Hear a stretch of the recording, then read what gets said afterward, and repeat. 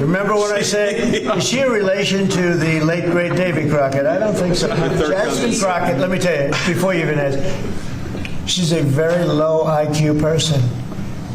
I mean, if we ever had to pass an aptitude test, that's the one should take one because she shouldn't even be in the crowd. So I have no idea what you're going to, but I don't think we should waste our time. This is a low IQ person who I can't even believe is a congressperson between her and Ilman Omar and the group. You know, I met the head of Somalia. Did you know that? And I suggested that maybe he'd like to take her back, and he said, "I don't want her." Okay, what else? Go ahead. You want to? Let's hear what.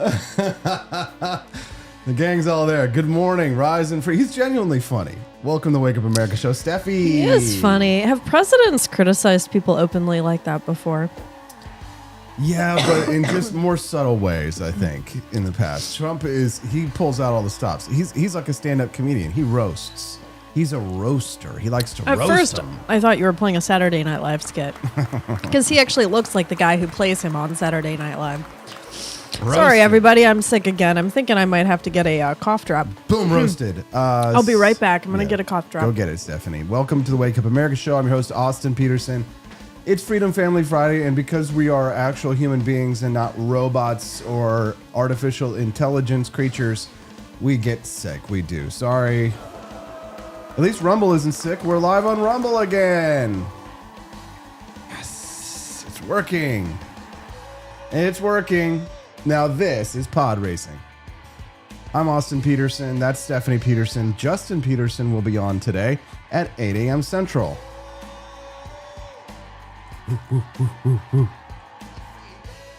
We got some great topics, but it doesn't matter because there really doesn't need to be any topic having or real working happening on Friday. Are you going to do any real work at your job today? Guess who's not doing any real work at his job today? No, I'm really working. Pushing all these stinking buttons here. There's a lot of button pushing going on here on this Wake Up America show. Did I just dox my SpongeBob meme? To keep the lights on at Rumble. Happy Friday. Thank you, BB for Liberty. There you go. Turn that music off. Now hit the laugh track. There we go. Make them laugh. Make them laugh. Make them laugh. Make them laugh. Wait a minute. Steffi's here. Let's push the Steffi cam. There she is. Hi. Give her a round of applause. Oh, I've got a cherry cough drop. She got a chicky cherry cola. What's your favorite cough drop flavor? Amy J.E. says, I'm going to a conference today. Whoa. Conference days are fun. I remember when I used to go to in-person conferences before COVID. Now I just look at them as like carriers of disease and ways to get sick. Ways to bring home to my child. I know. illnesses. I like barely leave the house except for karate in the grocery store, and then I get sick. Yeah. Nelson 65's welcome back. Siggy's mom, she's got it going on. Hey, hi. Siggy's mom, thanks so much for becoming a monthly sustaining subscriber to the For Liberty Network to help us to put together all this awesome stuff. Fridays we goof around. We talk about lots of different topics. There's some things that are serious, some things that aren't. But for the most part, we pretty much just kind of we hit the mute button on accident and make ourselves sound stupid. So yeah, on Fridays we've got some great topics. Leonardo DiCaprio will be on the show today. Oh my goodness! And you know how broke he is, but he wouldn't appear without $100 to pay to tip. It's the tip for his limo driver to get here. So, but we will have Leonardo DiCaprio on the show if we can afford the tip for his limo driver this morning. He's doing another tour of global warming. Oh, really? Where he kicks up a lot of carbon from his private jet and his limousines and his yachts in order to get around the world to talk about how people like you and I are destroying the planet because we use K-cups for our coffee in the morning. It's like what Greta does. Greta Thunberg. Yeah, she has a private jet too, and she always talks about that. Greta Thunberg, is she Swiss or Swedish? Swiss or Swedish? Swiss or Swedish? Swedish, right? She's Swiss and Swedish. Swiss or Sweets? Swiss. So she's Swiss? Swedish. She's Swedish or Oh, Swiss? that's interesting. Greta Thunberg. Well, Swiss is Switzerland. So Swedish, she's- sweet. So she's a Tylenol Swede. Yeah, that Tylenol stuff. It's been making me nervous this week. Hazel's been on Tylenol around the clock this week because she's been feeling under the weather. Did we give her the tism? Is she a Tylenol American now? Because she's been sick. She's been on Tylenol. I know. I'm glad that I have no clue what I'm doing to her. Did you hear Dr. Bob Onder yesterday talking about Tylenol? I did, and I don't mean to get off topic. No, it's fine. That's what I was explaining to people is like, we have a lot of topics. We might hit them all. We might not talk about any of them, but we're all going to have fun and we're going to enjoy each other. We're all pineapples, so enjoy. Yeah, but I will say that when I was pregnant, I was telling you, I got a list of all the safe medications that I could take, and on that list was Tylenol. And the doctor said not one thing about I need to limit how much I take, nothing like that. Like, I know a lot of women, for example, take this medicine called Unisom to help them sleep and like for pretty much any ailment that they have. I never took it, but like I know some women take a medication every single day whenever they feel any discomfort during pregnancy. And I wasn't one of those people, but I just wonder if other medications might be causing autism as well. Amy says you guys need to stop worrying about it. I know, Amy. I know. How will we indulge in our paranoid fantasies? Well, I think Amy actually works for the health network that I went to for our pregnancy, and they were not worried at all about Tylenol. They just said, here's the safe list. But that's what the politician doctor said yesterday, is that the doctors are saying, it's fine, take whatever you want. But here's the thing. He said specifically, because in my research, I did some deep research on it. Yeah. In my research, what I've found is that it becomes kind of a trade-off scenario because there are times when a woman is pregnant and she's sick and I got COVID while I was pregnant. Right. But the incidence of women who have miscarriages, right, is due to illness is relatively high compared to the dangers that exist from Tylenol. So if you want to keep your baby and they might end up being a Tylenol American, you take the Tylenol and risk the autism, in theory, allegedly, in an associated way, but not a proven causative way. Be careful with my words there, because I know Tylenol is probably going to sue the absolute shit out of the federal government for sure. I know I would. And I just don't get why they're saying Tylenol, big T. Why not just say acetaminophen? Like acetaminophen is Tylenol. So Tylenol is just the brand name. Exactly. Why even say the brand name? Why not just say, hey, acetaminophen has a connection to autism? It has a connection, but it's not a proven connection, and it's not necessarily causative. It's correlative, and there's no connection when, Stephanie, and remember our conversation about this the other day, there's no connection when they control the results for genetics. What? There's no connection. When the study that we're talking about with like 1 million kids or 6 million, some huge study that they did, when they added because they have controls in order to determine, to make sure that it, to prove a causative link, right? They said if they just look at the results in total with everything without controlling for anything else, they're like, oh, there seems to be an association, a correlation, if you will. Correlation does not mean causation. But here's what they do when they control it for genetics. Right, meaning that like there's a genetic link. Oh. Meaning that there's some genetic component, meaning that there's a family history. Right? Then once they control it for that, then it's Tylenol and TISM is right about the same level. Oh. But no shit, because most people take Tylenol. It's not uncommon. Right. I would really be curious, the people that we know who have children with autism, did they take a lot of Tylenol during their pregnancy? I would be very curious to ask them. And you know what? They'd probably get super defensive and say, it's not my fault that my kid has autism. I didn't do it, But it's like, I'm just curious. Here's why I resent people. Let me tell you why I resent people, okay? I'm sure that there are probably lots of people who in their adult life become adult learners and go back and they revamp and revitalize their knowledge that they missed when they were in school. But let me tell you what I remember about school. I don't remember my classmates learning a goddamn thing. Most of them. Not to say that there were a lot of smart kids in my class, but what I remember is that a significantly, probably statistically higher amount of my fellow students weren't paying attention to a goddamn thing.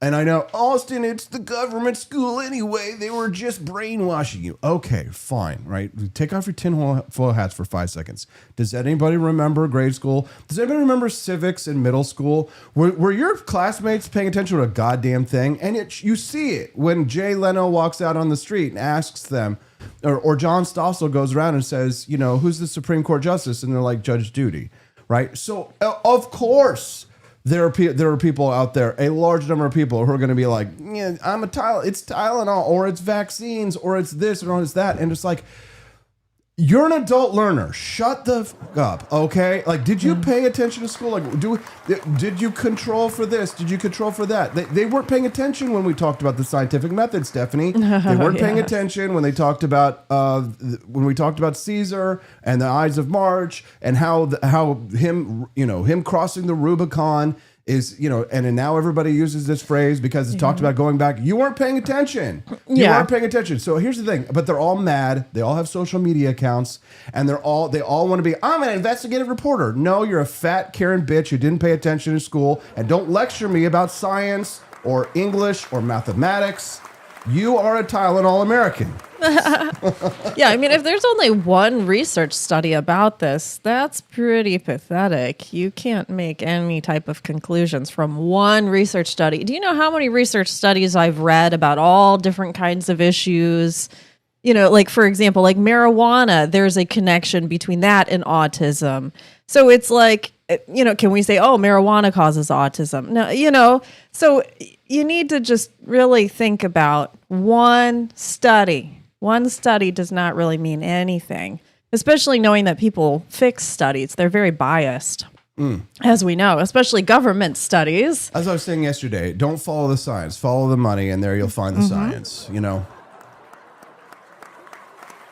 Yeah, so I really hope that they do more studies to prove to us that their findings are accurate. I hope that they do too. It's probably going to be another. The thing about the press conference with RFK Jr. is it was. I mean, Trump's pro-vaccine. I think RFK wanted to come out and be like, the vaccines cause autism, but Trump wouldn't let him do it. And so and initially, here's the thing: the Wall Street Journal reported. I don't know if it's true, but the Wall Street Journal reported that they were initially just going to talk about what they found to be potentially a therapeutic for autism, that there was hope for not a cure, something to help the kids, something to ease the symptoms of autism. Well, that would be cool. Now that would be cool, but for whatever reason, they did. RFK was like, in his last days, he had spoken to all these public experts.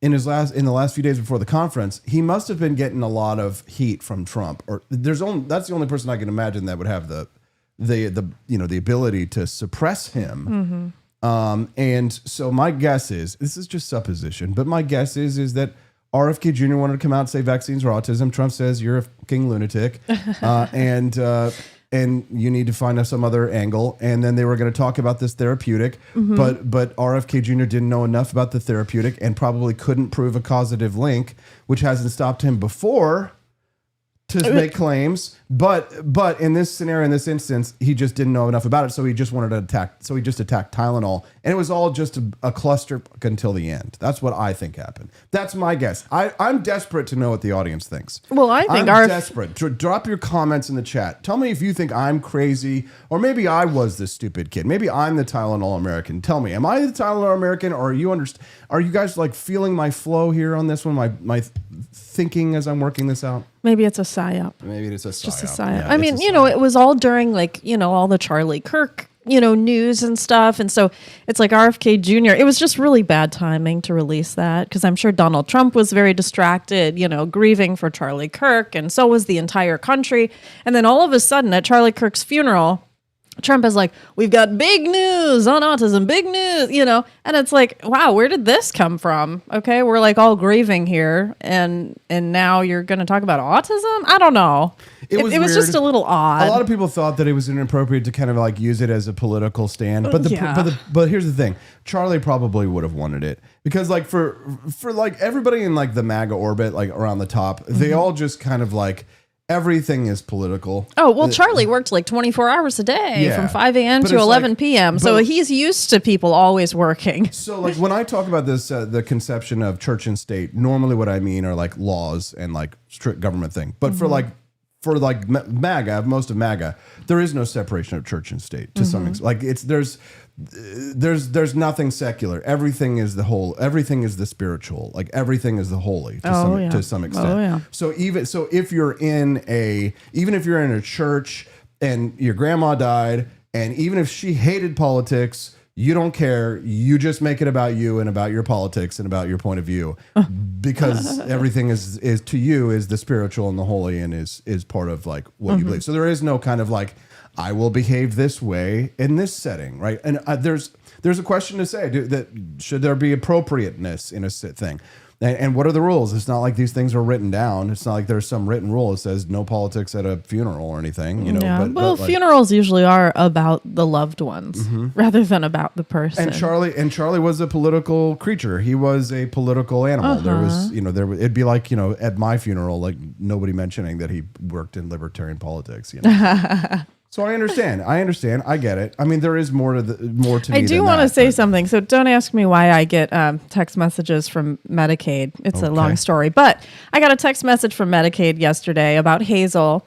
And I think people are freaking out about giving their kids vaccines because it says, there are many life-saving vaccines that Hazel needs to get. It may seem like a lot, but they are spaced out over 24 months. I think people are freaking out about the whole timing thing of vaccines right now because of the news. And so now Medicaid is texting out all of the people who are subscribed to them. And they're like, don't worry, we're spacing it out over 24 months. Like they're trying to calm the people. But here's the thing about the spacing out, and just, like there are a lot of people even that I respect who will say things like that. I definitely used to think about that But here's too. the thing: it's just a gut. It's just a gut feeling.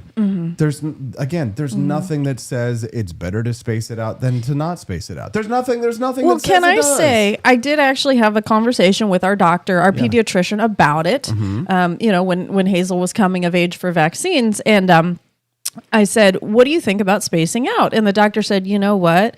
It is like traumatic every time a kid comes here to get 4 vaccines in their leg." And he's like, why would you want to continue to like traumatize your kid over and over again when you don't have to? It's like, just traumatize them a few times rather than like 10 times. So to the pediatrician, he just said, let's minimize the trauma that the kid is experiencing, because it's a lot. Your kid is like crying and screaming every time they get shots. Yeah, that's true. You know, I don't know why I pulled that. Have the video clip up there. We are going to talk about the government shutdown threats and some of the other topics that we did. Yeah, sorry. Now that I got on a tangent. No, it's no problem. But we didn't. It's 7:22, and we haven't reminded people that we do have bonus content available today. I'm looking forward to this, because guys, I know it's to you guys it's just a shop, but I know some of you have like strong happy feelings towards the shop. But like the shop is finally becoming what I really always dreamed that it could be. Thanks to our friends Brad Beckman and Paul Meekin doing wonderful things. Paul this morning put together some beautiful new products for you guys. I can't wait to share some of these with you. First of all, the No Lives Matter hoodie is brand new. We had it in the t-shirt. Last year it was gangbusters. And we have it now on a hoodie. So you can get it as a t-shirt. It's 5-star reviews, as well as our Make Halloween Great Again t-shirt, 5-star reviews. Paul really likes the Wicked Witch of the Left. It's like Elizabeth Warren, which is really cute and funny. But if you're looking for a cheap Halloween costume, and so, every once in a while, Octobers will be warm. But normally I remember growing up, my Halloweens were kind of cold. So a No Lives Matter hoodie is a great way to just cheap out on your Halloween costume. Get you guys your merch this morning, and if we hit $100 unlocked on the bonus content, $75 will unlock the mini documentary. $100 will unlock the Leonardo DiCaprio appearance on our show. And there's a sale. There is a sale. 15% off. If you buy anything from the Halloween collection and you use the code GOTH15, you'll save 15% on the Halloween collection. So Halloween is 35 days away. You got to get the thing in the mail. You want to be able to go to the parties or go outside and be nice and cozy. Get yourselves the No Lives Matter hoodie or t-shirt or Make America Goth Again shirt. Help to unlock the bonus content at forlibertyshop.com. That's the number 4libertyshop.com. Government scary t-shirts, also very popular. And due to inflation this year, this is my Halloween costume. Somebody bought the zombie pinup Rosie Halloween tee. Oh, did they? Yeah. Oh. And Steffi made this candy tax collector. Right. Look at that. Look how the code pops up right there. Goth 15. Oh, that's cool. Pretty neat, huh? Wow. Yep. Use it at checkout. Goth 15. Anything in the Halloween collection that you can see. But this is what I'm really proud of Paul for. I might just have to go back for this to see it. But this is definitely one of the most beautifully conceived and designed products that I've ever seen for our shop. It looks really legit. I'm wondering if that's really Barry Goldwater's signature right there. It is. I've seen it. Goodness. Yeah. Extremism in the defense of liberty is no vice. Barry Goldwater. And look, he's at a Barry Goldwater rally. Oh my gosh. Goldwater for president. Extremism in the defense of liberty is no vice. See, these are where your donations go to, guys. Yeah. It goes to us hiring people to be on our team. Yeah. And these are that are very, very skilled. I mean, just think about where we've come in 3 years. The For Liberty Network, just based around a podcast. You know, people kind of make fun of podcasters or like, oh, you're just a podcast, you're a streamer and all this stuff. And it's kind of like, yeah, but we're awesome at it. We're like some of the best. We certainly do try. And it's a good cause. So if you guys, Erica loved that zombie Rosie, says BB for Liberty. Yeah. Aww. So check it out, guys. forlibertyshop.com. The Barry Goldwater Extremism and the Defense of Liberty throwback t-shirt. That's great. Moderation in the pursuit of bonus content is no virtue. Thank you guys so much. Quest Fanning says, shop is looking awesome, Austin. Yeah, it is. We've had a lot of transformations going on recently. Yeah, we're basically dropping new stuff every day. We keep adding on and making it even more cool. So guys, check it out and unlock the bonus content this morning. Brad's keeping track of all those donations. We've raised $7 so far, and maybe $8 with Quest Fanning's donation. So thank you so much. Appreciate you. Thank you. Thank you. All right. So Donald Trump say. Can I ask you, we're a few days away. By the way, here we go with this guy. Go ahead, let's go. Let's hear the We're a few question. days away from the end of the fiscal year and a potential shutdown. Right. There going to be a government shutdown? Could be, because the Democrats are crazed. They don't know what they're doing. They want to have the border opened up so that criminals can pour in. We're doing unbelievable borders closed and people are coming into our country legally. They continue to want to have men and women sports. They continue to want to have transgender for everyone. They want to raise everybody's taxes at a number that's not sustainable. It's the only time in the world I've ever seen a party that wants to raise taxes. I grew up in a family where I'd watch politics, and I always liked it from the time I was very young, but I'd always see politicians say, we will lower your taxes. These guys, they campaign on raising your taxes, but they want to raise taxes very substantially. The one thing they're concerned about, look, Republicans have total control of Washington. You guys have control of the House, the Senate, there's you.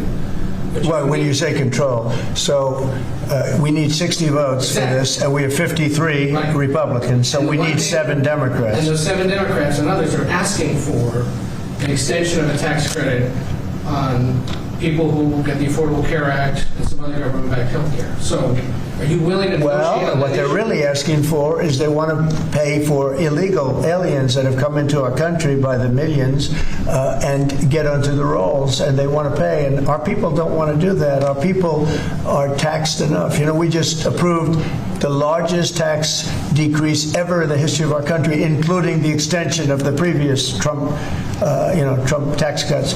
The tax cuts that we just approved, they want to use those tax cuts to give the money to illegal aliens, people that came into our country. Yeah, and no thank you.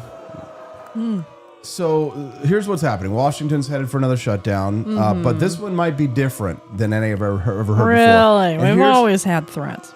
I know. I get excited when I hear things like this. I want to hope. The Trump administration sometimes gives me hope. Russ Vought, he's the Trump OMB Director, Office of Management and Budget. He has a memo saying that this time that the federal workers won't be furloughed. God, I've been waiting for a president to do or say something like this for my whole life. they'll be fired.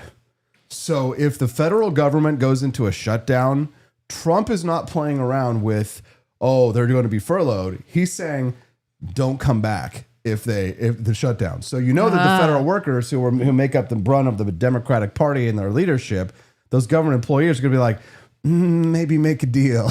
Oh, yeah. That's a really good incentive, to be quite honest. Yeah. Because people just get to mess around with no consequences, but now they actually have consequences. So Democrats, they're warning that mass firings are going to ruin lives, right? But it's both sides are kind of gambling on who's going to take the political hit. But history actually suggests that Democrats risk more because their base actually wants government running. So sure. I already see, I think Ashley Ann in the chat's like, yeah, shut it down. We're like, yay. So this is all over tax cuts? That's why they want to shut it down? They can't agree on taxes? Taxes, border spending, you name it, right? But and of course the Democrats want health care for illegal aliens.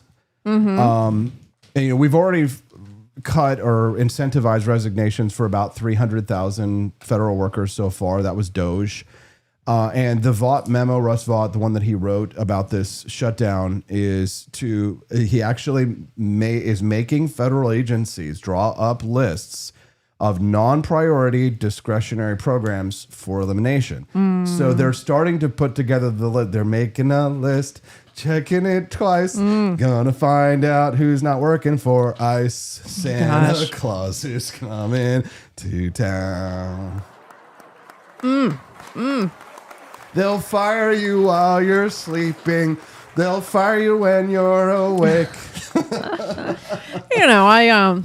I feel bad for people who work for government because it's a really great cushy job. I mean, when you work for government, you are set. You make a great income. You get great benefits, probably a pension. I mean, so I could see why people want to work for the government, to be quite honest. But on the other hand, government sucks, and they shouldn't have jobs in the first place. Amen, Stephanie. Thank you. I needed to hear that last part.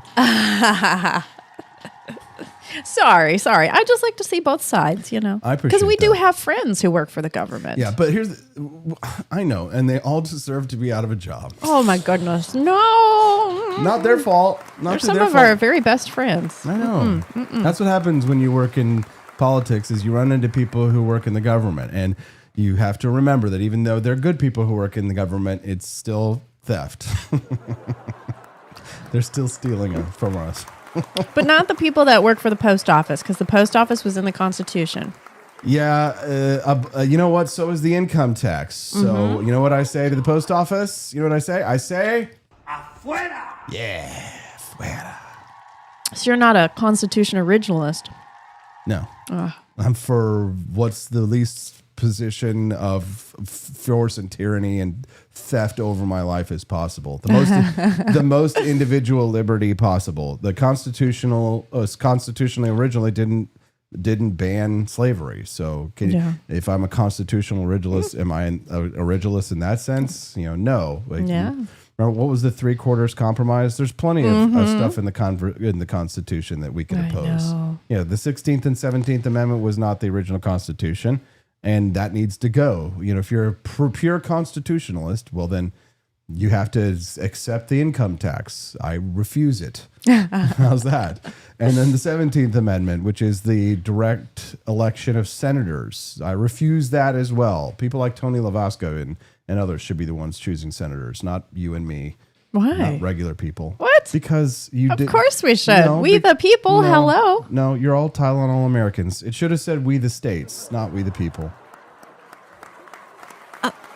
Tylenol I don't know how I Americans. feel about this. Tylenol I believe the Americans. people should have a say in everything. Listen, people who give their kids Tylenol and don't take vaccines should not be voting on who should be their senators. I'm sorry. Oh my This gosh. is not a democracy. What? Yeah, it's a republic. The representative government. So our That's- representatives are the ones who elect things. Yeah, they're supposed to be the ones who vote for senators. That's how it's supposed to be. Darn. So, yeah. So then we can just buy off a local senator. We don't have to pay off the federal one. All right. Social Security, Medicare, veterans benefits, border security, military and air traffic control. Those are all protected from shutdown impact. Right? Military especially. We don't want to be We don't want to be taking vulnerable. money away from that. They wouldn't do that. The White House legal team already tested workarounds during the 2018 35-day shutdown, so they know how to minimize pain for voters while maximizing it for Democrats. I love this. Finally, Republicans who understand. Finally, how you understand how the game is played. Don't hurt us. Hurt the people who are working against us. But then make tariffs and then hurt us, right? They do. Womp, womp, womp, womp. He was talking about the tariffs at the Charlie Kirk funeral too, and he was like, "Tariffs, they're so good. Tariffs, they're really helping us." They can't be perfect. I know. They can't be perfect, you know. And ideologues who have belief systems are going to make mistakes, and they're going to double down on those mistakes because they're going to assume that, you know, real communism, real tariffs have never been tried, you know. I mean, it would be great if there really was something where you just taxed the people that, you know, you don't want to do business with. That would be nice. Well, that's what they're trying to do. Right. So Well, just that's- tax them, don't tax us. Well, but here's the thing that pisses me off. Is that when it comes to the tariffs, is that I was reading today in this news, I'm pulling this up right now, that they're going to take the tariff money. Here we go. Trump pledges to get. Why does it keep? What taking me? happened? What is that? It's the wrong link. Oh. Trump pledges to give farmers some of the tariff revenue. Oh. Why? No, Why? Boo, no. Boo. Farmers, I know farmers watch our show. I know farmers are very conservative and libertarian. Farmer, it's redistribution of wealth. It's literally the opposite of everything that we stand for. I really hate how the Why- farmers are in bed with government. I don't do like too. that. I do too. It makes the farmers look bad, honestly. Yeah. We stay very far away from our soybean company locally because they're just really tied to government. When you go to the we drive past the soybean, it's the lobbyists. Yes. When you drive past the soybean lobbyists outfit, anytime you see a politician who has a big, giant, very expensive sign, vote for this politician outside the soybean place, Yeah. vote against them. Vote against that, Yeah. whoever that is. They are not working in your interests. I know. It's a special interest, and you are not special. You are not in the club. So it's so annoying. It is. Yeah. Conservative farmers are 75% communists, and they won't admit it. It's true. It's Yeah. true. Oh, the cattle farmers, they take the money. Oh, they love it. They love it. Give them the tax money. Yes, steal the tariff money from the people who are, you know, peacefully transacting at the grift shop, and give it to the farmers who are taking up all of the land and will never sell it and are giving and who selling don't off want the- lab grown meats, who are banning that. Who are banning lab grown meat, who are selling, 10 acres off to China over here. But no, we're the bad guys because we are trying to sell products for less than $200 a pop to feed our family. We're, tax us and give our money to the guy who sells his land to China. That's a great idea. So, anyways, so Democrats threatening a shutdown. It's kind of like McDonald's threatening to stop selling French fries. Nobody believes you can go without the thing that you live on. Oh, you're not going to sell McDonald's French fries? Okay, well, a lot of people are not going to come back. So the Democrats are like, oh, you're going to the Democrats, they don't want the government shut down. No. They're not going to They do that. need it. They need it. Yeah. It's their lifeblood. Okay. Yeah. So Democrats say these firings will ruin lives, like the DMV ruins mine every time I go there. That's right. Arvold says lab-grown meat isn't the hill I die on, but okay. Well, I like lab grown meat. I do too. Fuck I don't that. understand why Fuck people that, hate it because so much. What do you have against lab grown meat? It's just superstition. It's just the superstitious stuff. Well, you don't know. It's the new. It's weird. I don't understand it. So It'll therefore cause cancer, I don't maybe, like it. sure. It's a very, no offense, Arvold, but it's a very female coded kind of a way to behave. Oh, it's new. I don't like it. Oh, I'll try it a little bit. Oh, actually, this is quite delicious. I like it the whole time. Well, I'm going to be honest with you. When I used to be a vegetarian, I used to be asked that question. If an animal was not killed, No offense, would Arvold. would you eat lab grown meat? And I said yes, because I genuinely love the taste of meat. I just have ethical problems with A lot of people killing don't. A lot of animals. people don't like killing animals. Yes. A lot of people don't like killing animals. I don't like killing animals either. It's not something I particularly enjoy. I'm not a butcher. I'm not going into the butchering industry. And I don't like. I didn't enjoy shooting and then cutting the throat of the deer that whose head I hung on the wall as a young man. I appreciated the trophy. I appreciate the food chain. I just don't particularly want to be slitting throats all day. It's just a preference. No. But I agree that it's an important part of our food chain. I don't know if I would eat lab-grown meat. Maybe I would, maybe I wouldn't. But it's kind of like the people who opposed the grain, the anti-Monsanto people. Oh, that was me. Non-GMO. Non-GMO. Yeah. Well, why was GMO invented? Was it to was it because we wanted to make more Tylenol Americans, or was it because we were trying to find a way to produce more food? Well, yeah, we wanted to keep away the pests. Not just keep away the pests, but also actually make larger grain, like modules of grain. So it saves 1 billion lives, and nobody appreciates this guy. Norman Borlaug saved 1 billion lives by inventing rice and wheat grains that are genetically modified so as to produce the highest amount of volume. Because as our population increases in the world, you got to be able to feed more mouths. Right. So in the situation where there's only a certain amount of land mass and there's only a certain amount of cows and there's only so much energy that can go into the massive amounts of production capacity necessary to produce beef. If you want more people to be able to eat beef and be healthy, because as we know, eating beef is healthy. And since lab-grown meat is beef, it's just not, it's not from a cow directly. I think people... No. I think it's because of the superstitions. I think it's the God thing, where it's like humans don't like the idea of humans, religious humans especially, but a lot of humans that are not necessarily religious are still very superstitious on these things, and especially Americans. Yeah. But it's this whole concept of humans playing God, and so it's kind of like a sacrilege, I think, to some people. And when nothing is sacred, as it is with us, there is nothing sacred. And when nothing is sacred, therefore anything is permitted, which is why we tend to be more, less disgusted and less fearful and less. I mean, you're a little superstitious. I'm not superstitious, but I am a little stitious. Yeah, for some reason in my head, I'm worried that lab-grown meat would cause cancer. I don't know why, but I don't see it as natural. So I'm like, ooh, chemicals, Right. Is there going to be some concoction that's not going to be good for us? Yes. That's where my mind goes. Well, that's where most people are. That's most Tylenol Americans. That's where they are. Is that I don't understand it. It's got chemical names on it. Yeah. Did you know that they're putting dihydrogen monoxide in everything? Would you sign the petition to ban the dihydrogen? That's what this is. I know. That's what it is. It's the people it's the kids who didn't pay attention in class. Yeah. And we have to have the discussion all over again. I forgot most of what I learned in school, I'll be honest. I studied so hard, but it was just for the tests, and that was it. Yeah. So, I mean, when it comes to lab-grown meat, and when it comes to here's the thing. When it comes to tariff revenue that we're going to give to the farmers, just don't raise the goddamn taxes. How's that? Stop taking our money in the first place, and then you won't have to give any to the farmers. The farmers will be fine. They're very wealthy.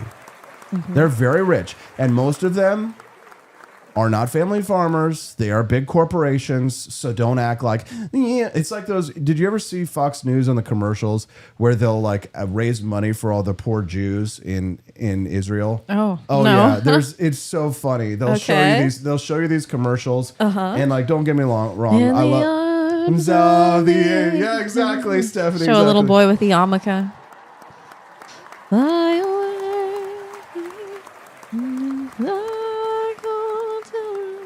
Here it is. Here we go. Holocaust survivors. Here we go. This is what they try and get your money. Times for elderly Holocaust survivors. With no food and no heat, they get weaker and more die every day. Is that Mother Teresa? I want you to see their faces. Look into their eyes that are haunted still by the memories of the past. They desperately need our help now. A simple blanket, a loaf of bread, and medicine are life-saving. For only Holocaust survivors are poor. $25, you This can is help save a blackmail. life. With the I don't gift know of any bread, Holocaust survivors a that are blanket poor, and medicine to a Holocaust survivor suffering alone with no What? one to turn to. Thank you, and God bless you for You're not showing watching you Fox News, care. Stephanie, but this is what they I say. hope and pray you will do so before time is up. You're right and it there, is too dude. late. Dude, you're right there, Rabbi. That man is wearing a really nice hat and coat. Let's go. Wait a minute. Yeah, like roll that back. He's wearing a fur hat. He looks really healthy. And this woman's like dying I next know. to him. He's like before it's too late. He's right there. Help her, Rabbi. Where is this woman living? Is she like in Russia? I know. She's wearing her babushka, so I- she certainly looks like she's Russian. No, I think she's probably like one of those Jewish settlers. You know what I mean? Where they like. I don't know any Jewish settlers. Boy, where I come from, Are you the, sure? the Holocaust survivors are very well to do, and they speak at the Holocaust Museum in West Bloomfield, Michigan. Yeah, they don't need the $25. Well, here's the thing. No. They're probably the ones who are really actually getting the money. I don't know who these people are. I have never seen anything like that. Woman doesn't even look Jewish, to be quite honest. Oh, yeah, hold on. International. I don't know. Fellowship, Christians, Jews. Hold on, let me pull. She looks like Mother Teresa. Yeah, Russia. Here we go. Russia. Stand with his people, Israel, now and forevermore. As Christians and Jews, we know that we have a scriptural mandate to feed the hungry, the tens of thousands of That terrible, elderly who ugly are food. forgotten. I've lost my will to live. This happened 17 years ago, and she's still in excruciating pain and can't even afford her medicine. All BlessIsrael.org. the time, I suffer alone with sickness and pain. Your help is urgently needed. Please, right now, make a gift of $25 that will rush food and essential aid to an elderly Jewish person struggling to survive. Every gift helps keep them alive and shows your love to God's Chips? Is she people. giving that woman a bag of chips? Yeah. Oh, yeah. A bag of chips is going to keep you alive, honey.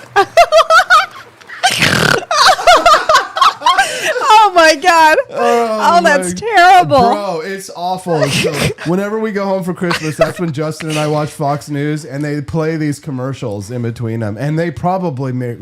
I mean, look them up. The International Fellowship of Christians and Jews. Somebody look them up and see how much money If they you make. want to really make this like more meaningful, they should ask for $18 because 18 is a very special number in the Jewish religion. Oh, there you it go. like means like It's good luck. It's like for us, $17.76 a month. Right. So they should say $18, will bring blessings to the Jewish people. Right, but like, Yes. aren't there like there's Jews? There's some Jews who have money, right? I mean, like, Oh my God, yeah. Like, do you know, like, So all why- of us Jews can have a free trip to So Israel here's the- because they've yeah. raised so much money that we can all go to Israel. for free. Yes. Yeah, but here and some of you even go 2 or 3 times. Yes. But here's the thing. Like, why are you raising $25 from middle class white American Christians on Fox News? $25 to buy a piece bag of chips. to buy a bag of chips. Oh my gosh. Oh my God, we're gonna get lumped in with the terrorists on this one. They're gonna come after us, man, with everything they got. The ADL is gonna write a piece. Southern Poverty Law Center. And she can't afford her medicine. Doesn't Israel have like socialized medicine or something? The Cato Institute's going to show a piece of like how Austin's right wingness has shown that he's like advancing National Socialism and terrorism. He's a Nazi Muslim now. Well, I want to adopt a Jewish person over at in that- Israel, look at that and sweet I want to lady. be sent a photo of who I'm helping. They have all that. They Yeah. have all that. The internet, dude. There's like here's a 2830. Do you see non-Jews as equal to? Here's the actual anti-Semitic stuff, not the. Oh, we don't want that. The following is a paid presentation by the International Fellowship of Christians and Jews. It's a Nazi. Jews have faced immediately. persecution after persecution for centuries. And now Nina tells me how to describe it, of the ugly Oh, side Ina. of humanity. I escaped that fate, but look at me. I am 90 years old. I live in poverty. You know and why nobody's helping that old woman? Because she probably smells bad. She looks like she just hasn't showered in weeks. They need to give her some clothes. Like, You're right forget there. the bag of chips. Give this woman some clothes. You're right She's there. still dressed like she's coming over through Ellis Island. Literally- like in the literally- early 1900s. Literally just help the Jewish chick, okay? She's right there. Oh my gosh. So it looks like Relaxing McGroin says that this is making his morning. I'm glad you guys are getting a laugh out of this. Yeah.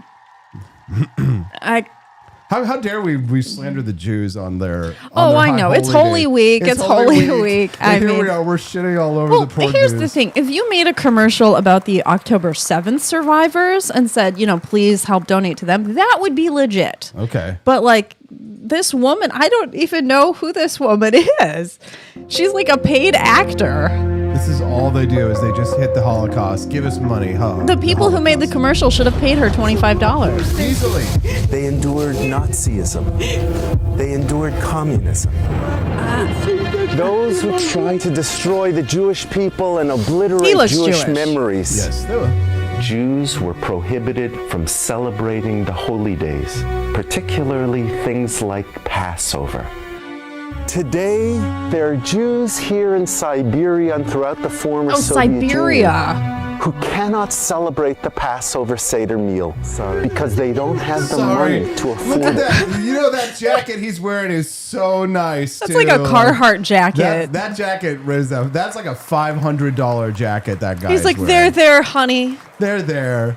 Embed into my beautiful jacket. And here's the thing, he's smiling too. Like it's all bullshit. He's sitting there. And he's got a catered meal behind the cameras. And he's like, honey, stay right there. Yeah, exactly. The crew of this documentary they have got themselves a nice buffet spread coming that afternoon. Early Jews were prevented from celebrating Passover for decades.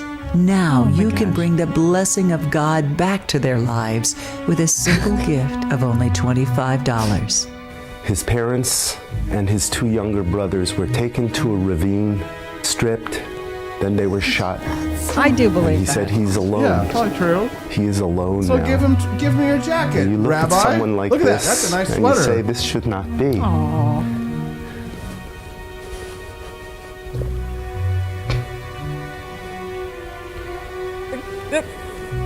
You should be helping people like this. A help him, Holocaust Rabbi. survivor. I don't even think No the man one can else talk. care for him. He's just staring This at him. should not be. He's like, I don't know A who I am. life-giving Passover food box from a caring Christian will have an impact unlike any other time of the year for an elderly Jew isolated in the far reaches of the former Soviet Union. Oh my God. Man, this show has really gone off the rails this morning. I'm sorry, guys, but we told you. We told you. Oh my gosh. It does kind of look like my great grandmother who came straight from Russia. Yeah. Well, where's the money really Yeah. going is what I want to know. Probably to a really nice, looks like a really nice jacket the rabbi was wearing. So. Oh my All right, goodness. guys, all right. This is new. I've never known about this. We're going to hell after Wow. the show today. But you know who's going to hell with us? My brother, Justin Petersen. He's going to be here in less than 10 minutes. Guys, we've raised $10 towards the bonus content. I don't know if we're going to make it. Give us $25 Give us- so here we we can go. have some beautiful apples and honey for Here's the Rosh thing. Hashanah. Technically, we also survived the Holocaust because she's Jewish. And I don't have family in the Holocaust. Shut up, Stephanie. Shut up, Stephanie. Hold on. Let me put my hand. Give me your hand.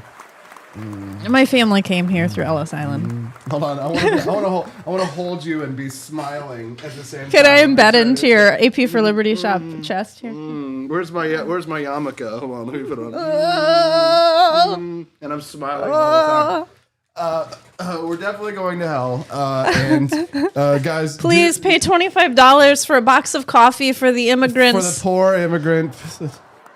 We should give this to all of the illegal immigrants. Free boxes of coffee for all people who are illegal. And pumases. I have no idea. Donated $5. Thank you. Oy vey. Thank you. Thank you. To the struggling Jews and Christians of mid-Missouri and Jefferson City, where we have to deal with such wind gusts as 11 miles per hour at a chilly 54 degrees. Only 8 kilometers of visibility here in Jefferson City. All right, guys, we'll stop picking on Steffi's Did people. someone ask a question?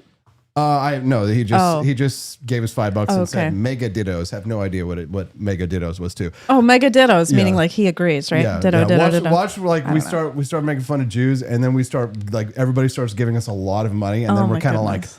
And we But just- it's okay because I'm Jewish. Yeah, See, well, it's we- like I'm that token Jew Yeah. that you can just have sitting here in the corner. Well, we could do the whole like conspiracy, schizo, anti-Jew thing. That would be really. That's we could do that, and then you come on and you're like, no, actually, Mazel Tov, Shalom, and you could be the good Jew, and I'll be like, but she's the evil Jew, and I could talk about all the conspiracies that you have against me, and why everything bad that happens is your fault and not mine.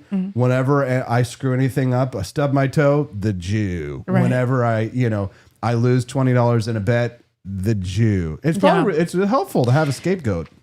You know how they have the elf on the shelf? Mm-hmm. They need like the Jew in the corner. Like any anti-Semitic person should buy like this little gift box with like a little Jewish man, and they could just put him in the corner and be like, he did it, and just like be pointing fingers. The scapegoat. Yes, the scapegoat Jew. There we That'll go. be a little toy There that we you go. can buy. If you guys, I hope that everybody like is not getting offended right now. Well, no, I'm seriously Jewish, so like it's all she's good. Seriously Jewish, and we're seriously joking, and it's funny. No Lives Matter hoodies available now. Help to unlock the bonus content, guys, because we got to go to the commercial break because we haven't unlocked the bonus content. When we hit $75 raised, that will unlock the bonus content. Or this is a phase 1. Phase 2 is Leonardo DiCaprio joins us live on the Wake Up America show. If we hit $100 raised this morning, I will beg no more from the Jew to save the Jews. So donate to the Jew, and we'll be right back with another. Here at Alligator Steel Alcatraz, burner. the fence keeps them in. But slip up, and you're on my plate. Looks like breakfast is making a run for it. We got 3 hot meals trying to check out early from Alligator Alcatraz. They can splash, they can sprint, but there's no escaping Alligator Alcatraz. Caught 2. The third? Huh. The swamp's got its own way of catching runaways. Mama was wrong. Gators don't need toothbrushes. Just an honest job making America great again.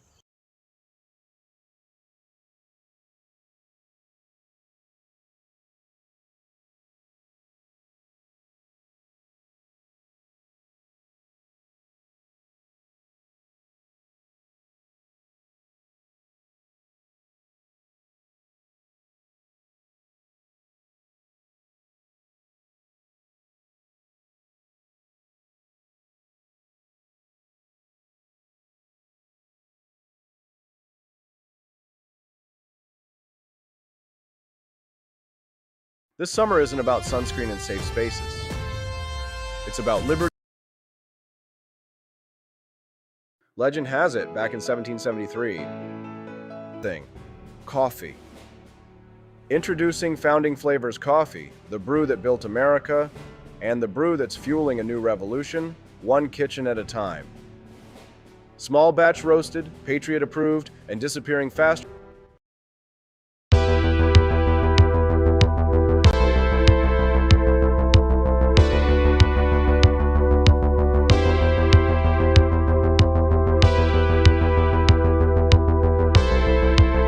Are you tired of the strange radioactive effects of leftist culture? Do you ever wonder what happened to good old-fashioned American values? Well, fear no more, because there's a new force fighting back against the cultural rot of today. Introducing Culturama, a right-of-center talk show that's taking back the future today. Hosted by none other than blonde bombshell herself, Daniela Pensack. She's not just talking, she's taking culture back. With sharp takes, brilliant guests, and a few surprises along the way. Tune in to the live video podcast twice a week, because the future doesn't have to be weird. It can be Culturama. If there wasn't going to be somebody who was a fiery champion of liberty, somebody who would get out there and who would be aggressive, and if they wouldn't do it with more fire or passion than I had, then I would go and I would fight this battle for us. I've fought for the principles that we all share. Parties tend to be secondary to me. We're here because we believe in the principles of liberty. I am not a perfect messenger, but I think I'm a damn good one. This is a replica of our first president's flintlock pistol. You have my full support, my respect, and my gun.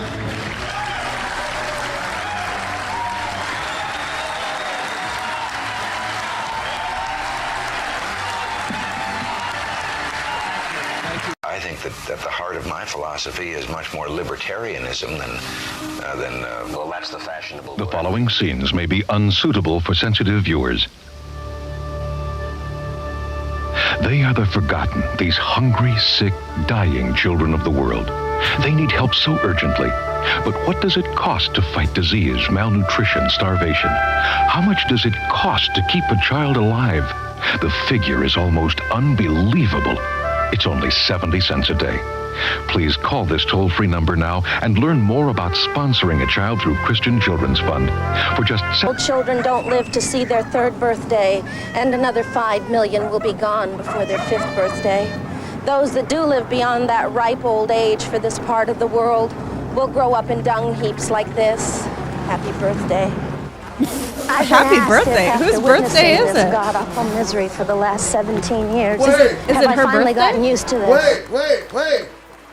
It's time for an ad read. If you haven't already, make sure you download the Rumble app. It's free, simple to use, and the best way to stay connected to the content that you want.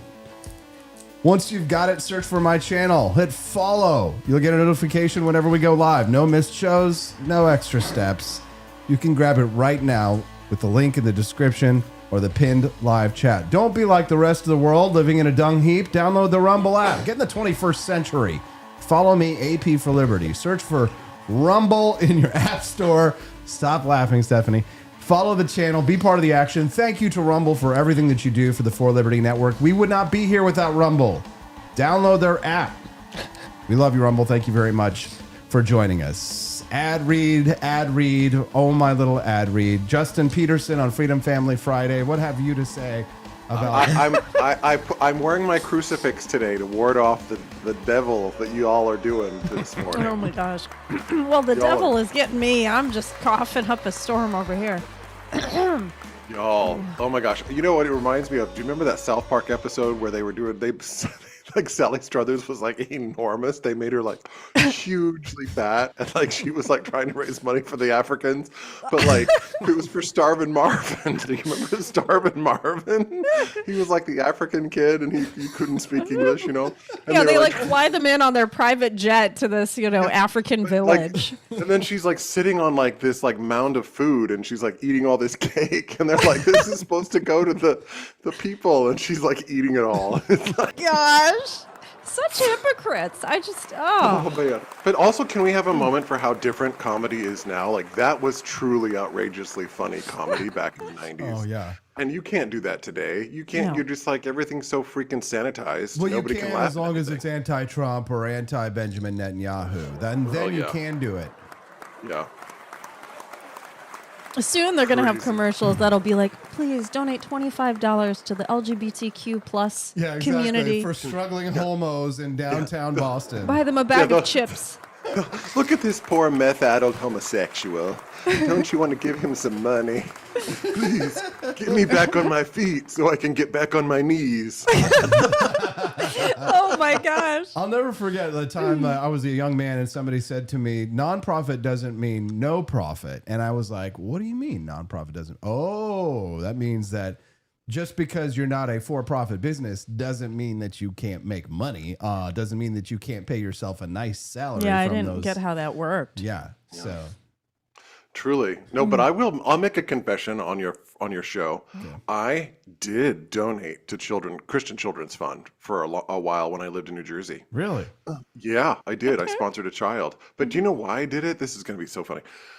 I did it because I was so obsessed with myself. Like I just was like constantly worrying about myself all the time. And I was like, I don't want to think about myself anymore. Like I want to worry about someone else, you know? Yeah. So I sponsored this child and I was like, you know what, if I can work and have my little job and send him a little money, it was a little girl and she was in Sri Lanka. And I was like, if I can do this for a while, I'm going to do it. So it really helped my mental health just to like feel like I'm doing something positive in the world. Yes. Well, Justin, I think it's a wonderful thing. And Justin, if you ever want to sponsor a little child again, let me tell you, I know a little child.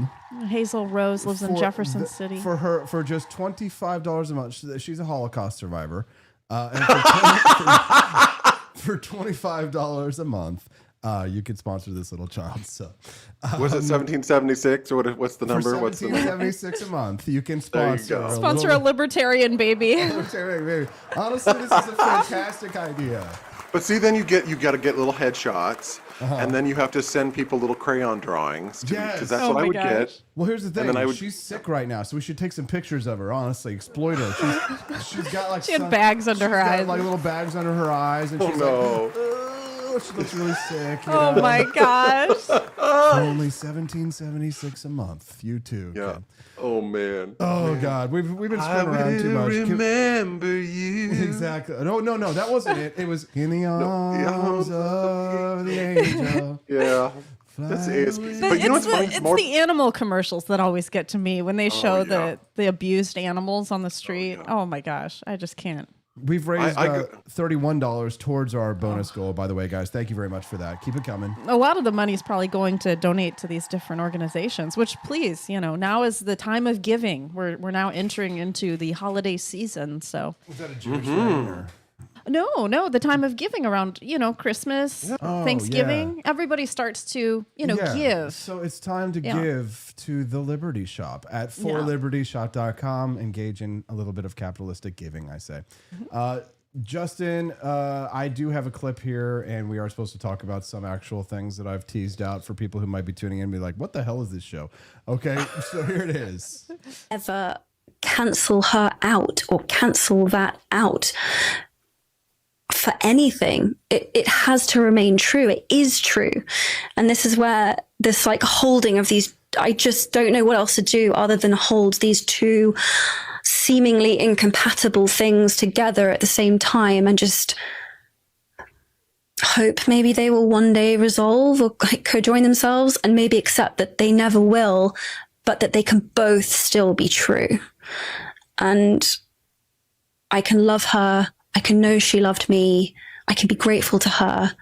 I can know the things that she said are true.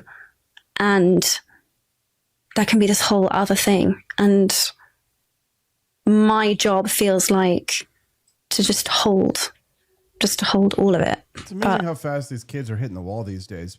Emma Watson, best known as Hermione in the Harry Potter world, she kind of has stunned a lot of her fans because she softened her stance on JK Rowling. Watson and Daniel Radcliffe, they both had criticized her, JK Rowling, for years because of her views on trans issues, that a woman is a woman. And essentially, this is kind of a shift in the narrative from Watson, who is seen as a thought leader. She speaks at the UN. And talking about how she sees two things can be true at once. It's nice to see that some people can actually acknowledge the two things can be true at once. However, I don't know if the second thing that she's thinking is true.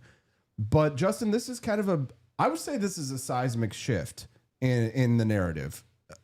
I totally agree. I totally agree. I think that we're living now in an age where cancel culture is now being smacked back. Yeah. Right. People are like, this isn't going to work anymore. And so I think a lot of people are doing a CYA, right? Cover your ass. And they're trying to come out and be like, oh no, I was never against this. I was always for it. I was, meanwhile they would put their neighbors into a freaking, camp if they didn't get the shot.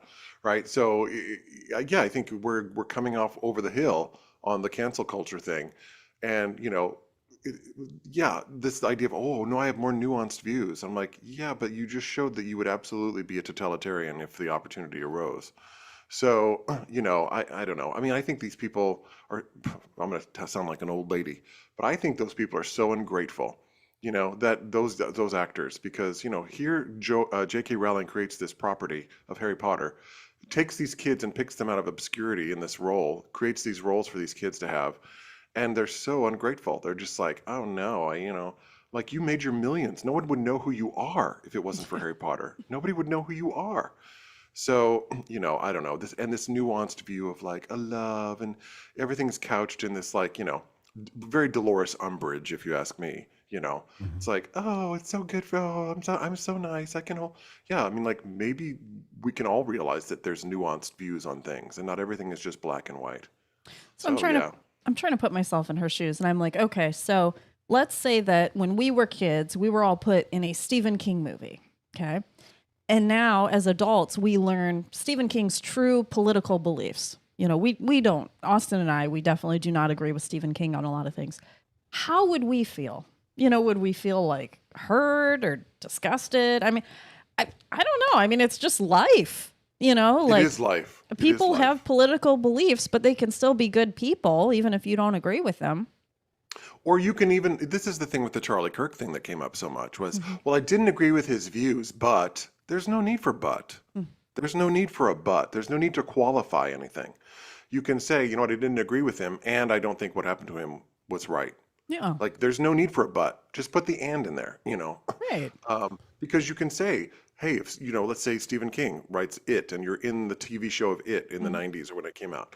And let's say that was your breakout role, and like you got your whole career because of that one, that one role. Yeah. Any rational adult could say, hey, I don't agree with Stephen, and I'm so grateful for his work. We have to start replacing the word but with the word and, in my opinion. Yeah. Yeah, because it's not either or. That's a cognitive distortion. Yeah. It's not one or the other. It can be both. Just like Emma is saying, and I'm glad she's finally realizing like her distortion in her head. Both can exist. Totally, because I think it's for her, it's a way to see, if in the next 10 years, this cultural moment we're in, this moral panic, this moral, fad that we're in goes away. Well, she wants to cover her ass because she can say, well, see, I was playing the middle. So I think it's a CYA for her, because I don't know how long this is going to last, to be honest. Justin, the gendered stuff, I don't know how long it's going to last. As this sign of the narrative cracking is, this is the seismic shift we're undergoing. It's happening in the background of this leftist violence that we're seeing, this rash of leftist violence, may be another sign that they're losing the argument, they're losing the narrative, the debate, and that's why they're acting out with violence. Would you agree? I totally agree with that. I mean, when words fail, blood flows. That's my favorite saying on that. Yeah, when your ideas are not able to hold up to scrutiny, the only thing you can do is enforce it at the end of a gun, right? You can't. You have to force people by either killing them or whatever you need to do through violence to make your argument. And most of us that are kind of in the middle of the world are the centrists. The thing is, when I was talking to my friend Andrew yesterday, I'm really proud because I really do feel like the center is the only thing holding this country together. Because we're so, there's such extremism on both sides. It's really the rational center that's holding. But once you lose the center of the country, you've lost. Because they're going to pick a side. People are going to pick a side. Yeah, I mean, these Harry Potter kids, they're acting like JK Rowling as a pedophile. It's like those like kids who were on Nickelodeon when they were young and the person who was managing them became, was a pedophile. It's like, I could see where you'd be very upset by that. But it's JK Rowling is not a pedophile. Like she has never like done anything truly bad. No, the thing though about, this push to the center and the complaints about the country being so divided is, going back to Revolutionary War history, Justin, that not everybody during that time was on the same team. And correct. Presidents spoke in ways that people today complain about Donald Trump speaking. People like Alexander Hamilton talked about the secretions of ejaculation that they talked about. Yeah. What? Oh, yeah. Oh yeah, no! Don't taint my view of my founding fathers. John Adams. What? Oh yeah, they're talking dirty to each other. Oh yeah, hermaphrodite. What was the hermaphroditic character? What? What was the hideous hermaphroditical character. Hold on. This one's a spurious country. These were not written by Thomas Jefferson, but by James Callender, a partisan newspaper and editor. And he was talking about they were having a fight. Say, men of Virginia, pause and ponder in these ciphers.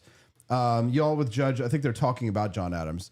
Without regard to the prattle of a president, the prattle of a strange compound of ignorance, of ferocity, of deceit and weakness, without regard to that hideous hermaphroditical character, which has neither the force and firmness of a man, nor the gentleness and sensibility of a woman. So they were not written by Thomas Jefferson, but by James Callender, who was a partisan. But I mean, you can find, I think Alexander Hamilton said something where he was talking about ejaculate that compared to Thomas Jefferson. Oh my goodness. Yeah, but here's the thing. They weren't on the same team. They, as soon as the revolution was won, they were all on the same thing. They immediately went it was almost a civil war from the Articles of Confederation time all the way up until the writing of the Constitution. And even then, the Anti-Federalists still weren't happy when they got the Bill of Rights. So maybe this is just a woman thing. How does Harry Potter feel? You know, is Harry Potter upset about JK Rowling? But I mean, it's like this country has never not been divided. Like there was the only times this country's ever been united has been the election of Lyndon Johnson in 1964, and which was a total blowout. And then 1980 with Ronald Reagan. Yeah. That's it. But what happened to the loyalists after the war? Did we have mass immigration back to Britain? They went to Canada. They went to Canada. That's why Canadians are such trash, because it is. They've always been very nice to me. No. I like Canadians. No. Bruce Birtwistle is the only one that we'll claim, and a few others. But they're always very collectivist in their mindset, and they always want to help. They have this sense of community, which I really admire in a work setting. Yeah, I used to work with a lot of them. Yeah, all good Canadians come to the United States. Oh, they do. They used to work in Detroit with me. Yeah. Yeah, no, we got no love for Canada here on the Wake Up America show. Sorry. No love for Canada. No, blame Canada. Blame Canada. Exactly. Yeah, I don't like it. Canadians hate us more than Americans could ever conceive. We don't think about Canada. There's this really funny meme where it shows America as a little boy with a hat, and he's spinning around, and he's got the little spinner on his hat, and he's just having a great day and enjoying his life. And then Canada is standing behind him, looking at him, gritting his teeth, I hate you so much, you have no idea. But Americans we're just oblivious. We don't know. We don't think of it aha, America's hat.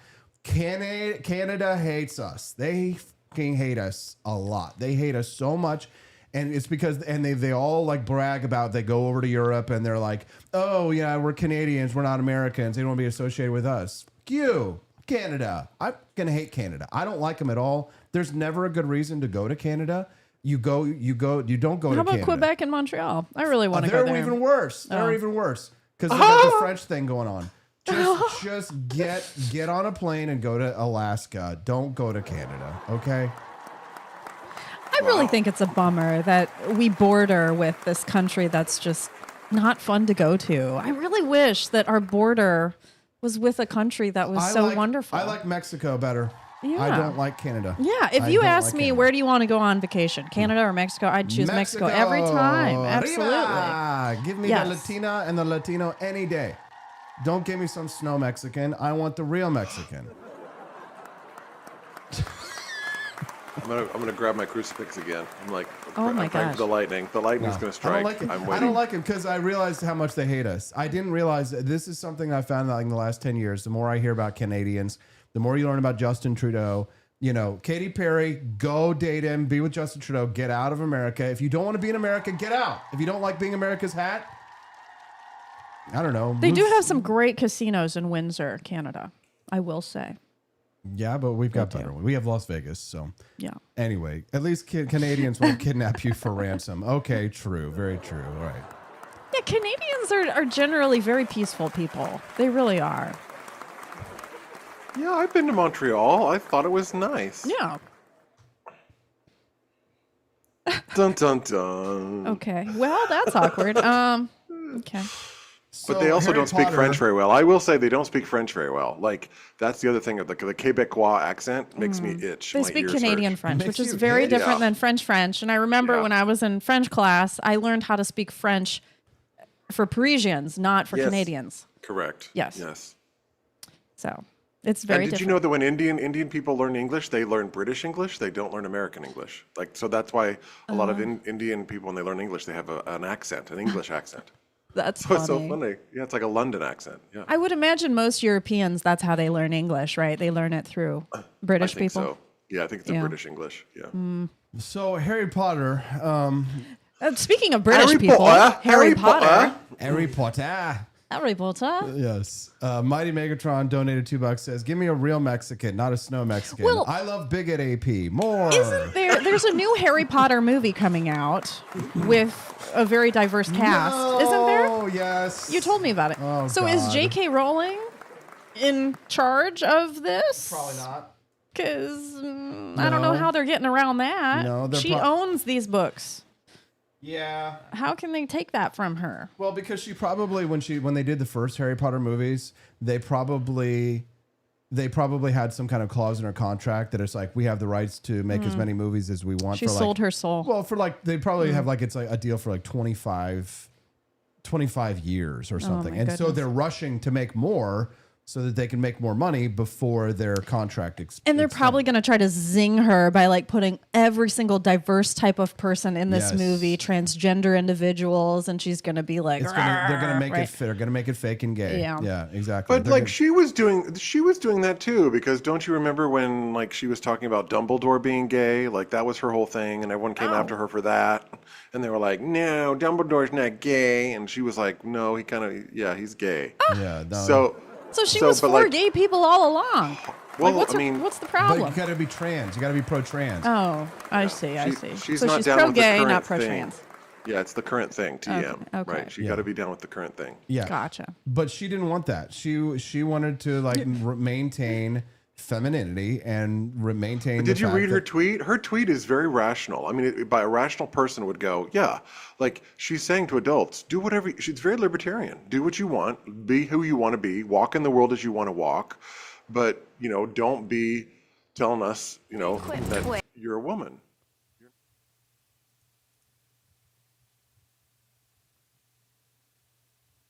Yeah, but not in Britain. In Britain, that is not okay. No, it's not good enough. And it's, I don't know, there's been such fallout here with the Kirk situation in the past couple of weeks. Kristen Chenoweth, who sang Glinda in Wicked, got pilloried by the Broadway community because she just expressed support and sympathy for the fact that Charlie Kirk died. And like the whole community like Broadway people came after her, like, audiences, they were like, you have to, that's how you know it's a cult. There was this study that was done by the left and the right that showed that by and large the left does not have a lot of diversity of views.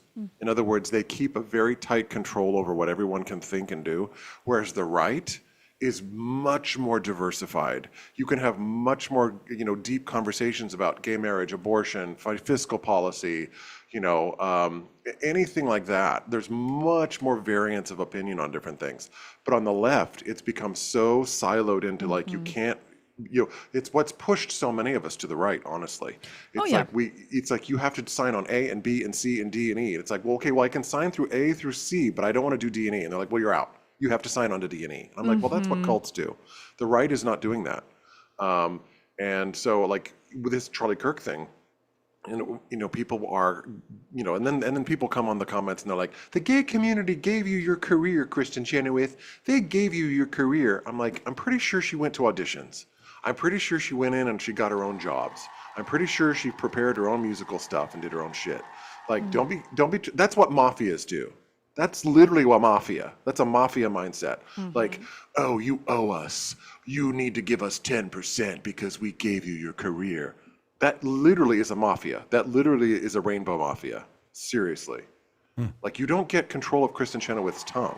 And especially when she's communicating about sympathy for a dead guy who's who was killed, a father and a husband.